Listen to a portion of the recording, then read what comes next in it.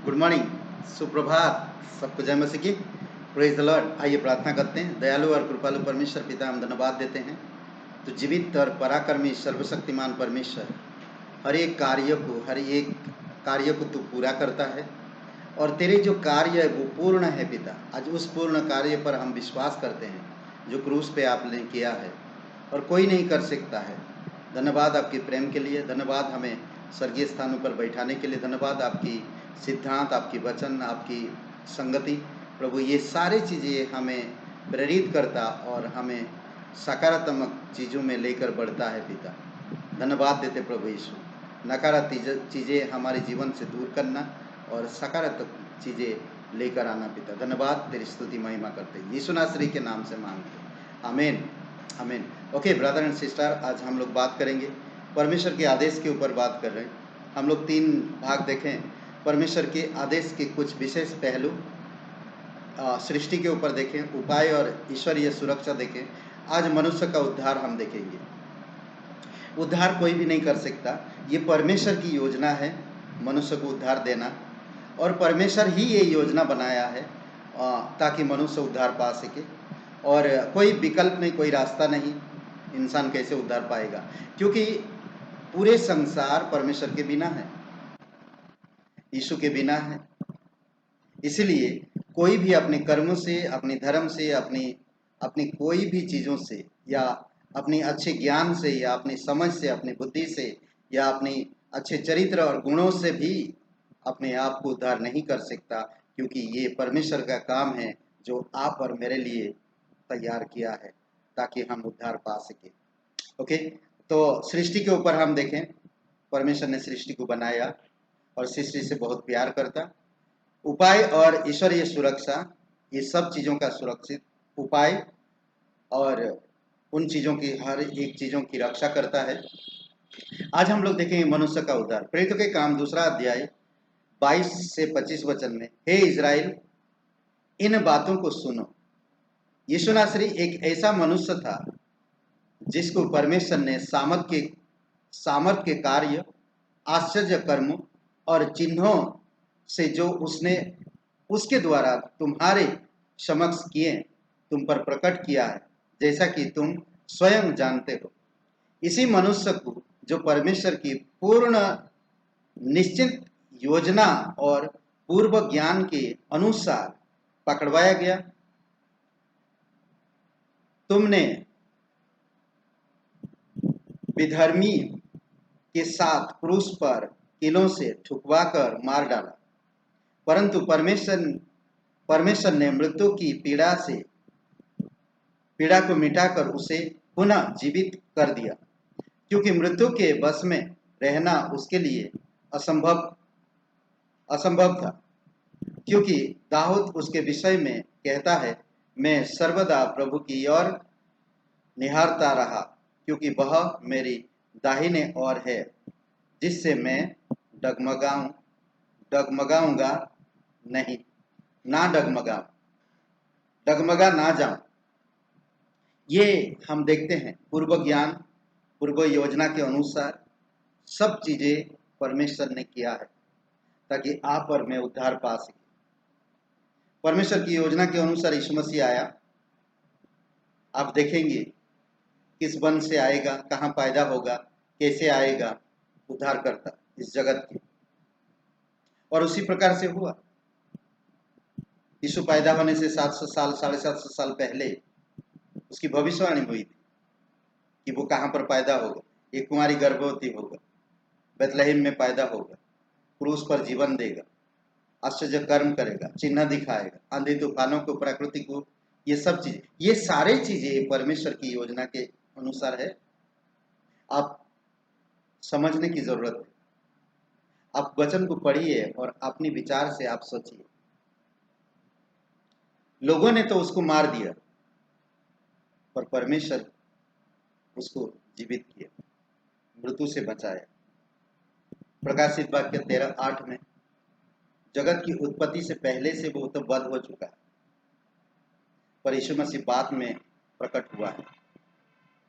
कहता है इस प्रकार वचन, पृथ्वी के सब निवासी उसकी पूजा करेंगे, अर्थात प्रत्येक व्यक्ति जिनका नाम उस मेमने के जीवन की पुस्तक में, जो जगत की उत्पत्ति के समय से घात किया गया है, नहीं लिखा गया है, वो लोग उसकी नहीं सुनेंगे जो जीवन की पुस्तक में नहीं। जो विश्वास करेगा उसका नाम जीवन की पुस्तक में होगा। ये परमेश्वर की सारी योजना है।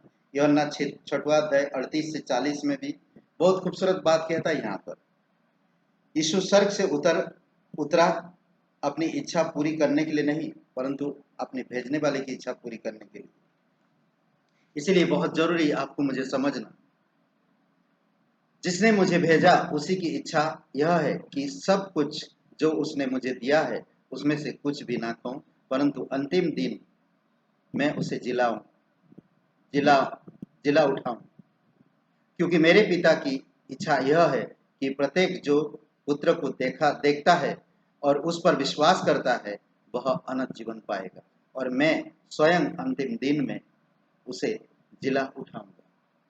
ये प्रतिज्ञा, जो भी आज प्रभु को देखा या प्रभु के सुना या प्रभु के बारे में सुसमाचार को जानता और समझता, विश्वास करता, तो वो अनंत जीवन उसका है।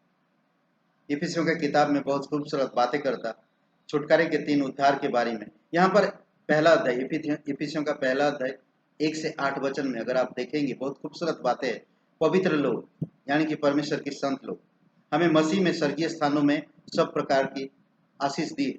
जो लोग विश्वास करते हैं, हर चीज पहले से करके रखा परमेश्वर, हमें चुन लिया, उसके निकट पवित्र और निर्दोष हो पहले से ठहराया। जो मसीह पर विश्वास करते हैं, जो गोद लिए गए हैं, यह प्रेम में किया गया है, शुद्ध इच्छा की सम्मति पर आधारित है।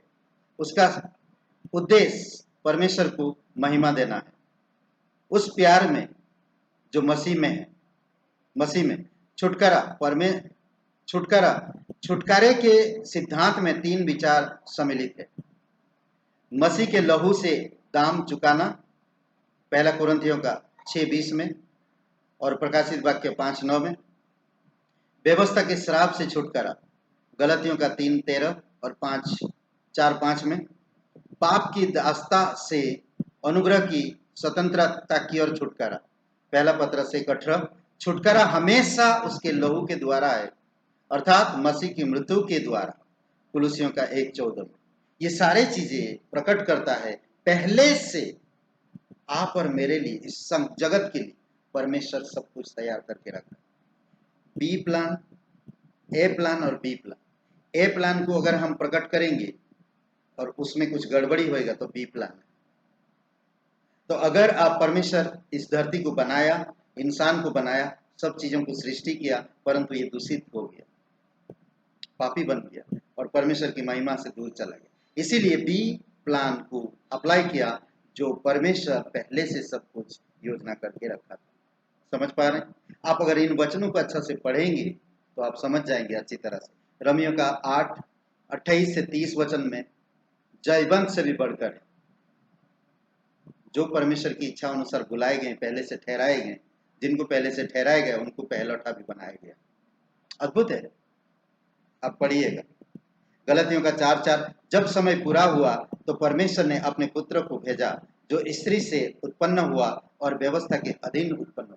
जिसने व्यवस्था बनाया, सोचिए, उसने व्यवस्था के अधीन आया और व्यवस्था को पूरा किया। ये उसकी योजना के अनुसार हुआ, किसी के कहने पर अनुसार नहीं हुआ। यीशु मसीह का अगर 4 सुसमाचार आप पढ़े हैं तो कभी किसी के बातों के अनुसार उसने काम किया नहीं, परंतु ये हमेशा कहा मेरे भेजने वाले की इच्छा में पूरी हो।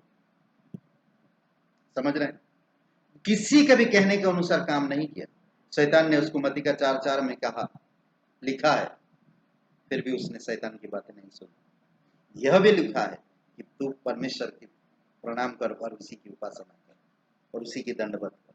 फिलिपियों का 3 अध्याय 20-21 वचन में यीशु के द्वारा हमें नागरिकता दिया गया।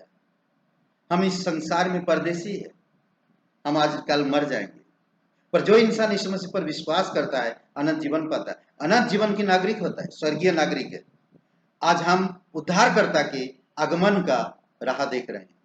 जो लोग विश्वास करते हैं, हमारा उद्धारकर्ता का रास्ता देख रहे हैं, क्योंकि वो एक दिन आएगा और हम अपनी नागरिकता हमें देगा और हमें उस नगर में लेकर जाएगा।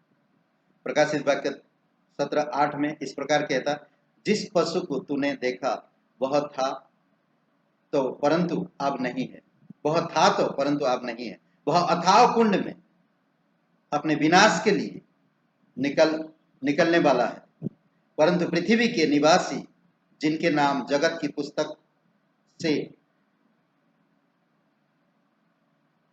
जिनके नाम जगत की उत्पत्ति से जीवन की पुस्तक में नहीं लिखे गए, उन पशु को जो था और अब नहीं है पर आने वाले हैं देखकर अचंभा करेंगे और डरेंगे।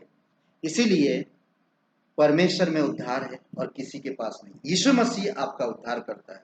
यीशु पर विश्वास करिए और आगे बढ़ते जाइए। आमीन। आइए प्रार्थना करते हैं। दयालु और कृपालु परमेश्वर पिता, हम धन्यवाद देते इन सारे वचनों को प्रत्येक भाई बहन को बुद्धि समझ के साथ सीखने में मदद करो कि तू किस प्रकार से योजना बनाया मनुष्य का उद्धार करने के लिए, और उस योजना को स्वयं तू पूरा किया ताकि हम उद्धार पा सके, हमें स्वर्गीय स्थान मिल सके, अनंत जीवन मिल सके, पहलौठा बन सके और हम जीवन की पुस्तक में हमारा नाम हो सके। धन्यवाद देते प्रभु यीशु, तेरी महिमा करते। प्रत्येक भाई बहन को अभिषेक करो और उन्हें शक्ति सामर्थ के साथ अगुवाई करो। धन्यवाद। आज का दिन को इस समय प्रार्थना प्रभु यीशु मसीह के नाम से मांगते हैं। आमीन। आमीन। सबको जय मसीह की। ब्रदर एंड सिस्टर, लाइक करें, कमेंट करें और शेयर करें। बहुत बहुत धन्यवाद। शुभ रहे दिन आपका।